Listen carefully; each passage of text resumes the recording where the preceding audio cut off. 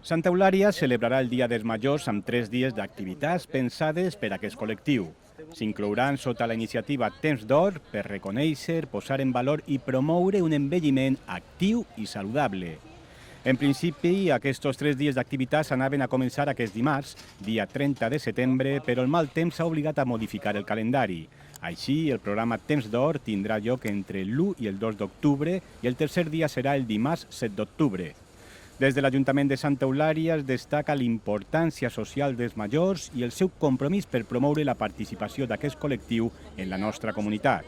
Per nosaltres són part molt important del nostre municipi, tenen molt que dir. Al final no hem d'oblidar que el que som és gràcies a la feina de tots els majors i no perquè no siguem part activa de l'economia, no deixen de ser part activa de la nostra societat.